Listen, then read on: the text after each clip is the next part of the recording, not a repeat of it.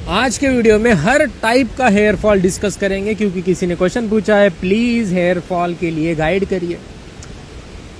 पहला, आपको चेक करना पड़ेगा आपको पीसीओएस है या नहीं है। पीसीओएस के अंदर एंड्रोजन्स के लेवल बढ़ जाते हैं। मेल डोमिनेटिंग हार्मोन होता है एंड्रोजन, और because of this androgen testosterone is one of the androgen, and ये इधर जाता है, यहाँ पे जाके डीएसटी में कन्वर्ट होता है, हेयर फॉलिकल में जाके बैठ जाता है, हेयर फॉलिकल की थिनिंग करवाता है। ओके, और यहाँ पे बाल भी आ सकते हैं, ये भी इसी का चमत्कार है। ओके, तो एंड्रोजन्स कहीं आपके ज्यादा तो नहीं, पीसीओएस को ठीक करने के लिए लाइफस्टाइल को ठीक करना पड़ेगा। सेकंड चीज, विटामिन डी बहुत इंपॉर्टेंट है। हेयर फॉलिकल और जो ये साइकिल होता है एनाजन, कैटाजन, टीलेजन फेज, इसको रेगुलेट करने के लिए विटामिन डी बहुत इंपॉर्टेंट है। ओके, तो इसीलिए विटामिन डी भी चेक करवा लो कितना है। विटामिन डी का ऑप्टिमम लेवल होना चाहिए 50-60 के आसपास होना चाहिए।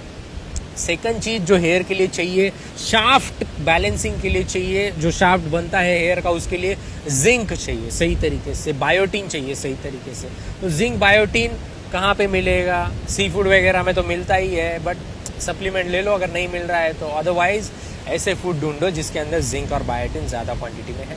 सल्फर, देखो कैरेटिन ये हेयर स्ट्रैंड के अंदर का प्रोटीन होता है, ये इसी से बनता है, तो प्रोटीन तो चाहिए ही चाहिए। Diet which is rich in amino acid, chances कम है कि हेयर फॉल हो।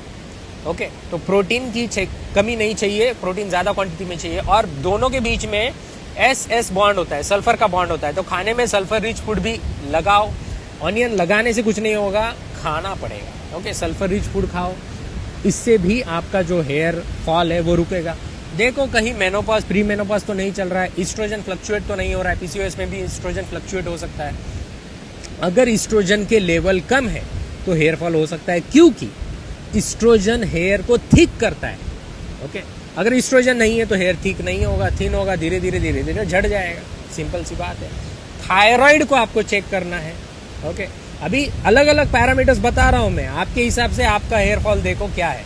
थायराइड अगर आपका कम है तो क्या होगा?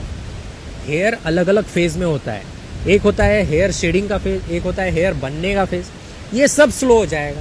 तो ऐसा लगने लगेगा कि यार ये क्या हो रहा है, हेयर फॉल हो रहा है, बट एक्चुअल में वो एक शेड में है, लेटेस्ट से एक झड़ने के शेड में है, वो स्लो हो गया। और हेयर वीक भी हो रहा है, और उसके साथ साथ उसका जो मेटाबॉलिज्म है ना, एक वो स्लो हो रहा है। आयरन और B12 की कमी है, फोलेट की कमी है, तो क्या होगा? B12 और फोलेट रिस्पॉन्सिबल है ब्लड सप्लाई, आरबीसी पहुंचाने के लिए, तो ब्लड सप्लाई कम मिलेगा। आयरन फेरिटिन कम है, 40-50 से कम है, तो भी दिक्कत है। चेक करो सब।